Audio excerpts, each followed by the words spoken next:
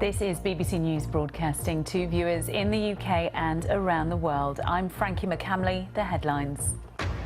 The British Prime Minister Rishi Sunak has sacked the chairman of his Conservative Party, Nadhim Zahawi, after an independent advisor investigated his tax affairs.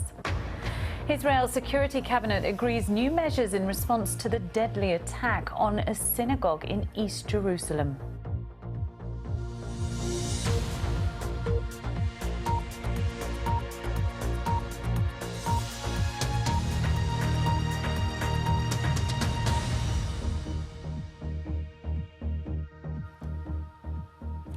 The British Prime Minister has sacked the chairman of his party, Nadhim Zahawi, following an investigation into his tax affairs. Mr Zahawi had to pay a penalty to settle a multi-million-pound tax dispute. An investigation ordered by Rishi Sunak found he had broken the ministerial code. Our political editor, Chris Mason, reports. Nadhim Zahawi arrived in the UK as a child, unable to speak English. He became a multi-millionaire and rose to be Chancellor of the Exchequer. Top of the steps, please, Chancellor. But tonight, his political career and reputation is in tatters. In a 2,000-word letter to the Prime Minister, the government's ethics advisor is devastating in his criticism of Mr Zahawi.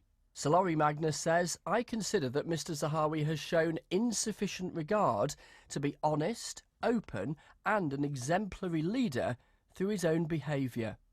The chairman of the Conservative Party... Minutes after the Prime Minister had sacked his party chairman for what he called a serious breach of the ministerial code, the questions began.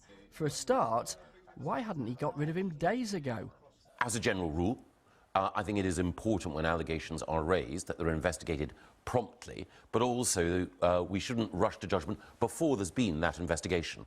The Prime Minister's ethics advisor highlights 7 occasions when Nadhim Zahawi breached the ministerial code, albeit some for the same mistake. A failure to declare the tax authority were investigating him while he was COVID vaccine minister, making the same error when he became Education Secretary for England in September 2021, and repeating it a third time when he became Chancellor in July last year. A failure to declare he'd paid a penalty to Revenue and Customs in September last year. A failure to tell the then Prime Minister Liz Truss about this when she appointed him to government. And a failure to tell Rishi Sunak when he took the top job. What was your reaction when you... Plus, there was this last July, which Sir Laurie says was untrue. So I was clearly being smeared. I was being told that the Serious Fraud Office, that the National Crime Agency, that HMRC are looking into me. I'm not aware of this. But there was an investigation by the tax authority. Mr Zahawi has maintained he didn't think it amounted to an investigation. The opposition parties say all this reflects badly on the Prime Minister. This is very serious, and Nadhim Zahawi has spent a very long time dodging this. And I do just think it speaks to Rishi Sunak's character and his judgment and his weakness. I mean, it shouldn't have taken this long for Rishi Sunak to sack Nadhim Zahawi.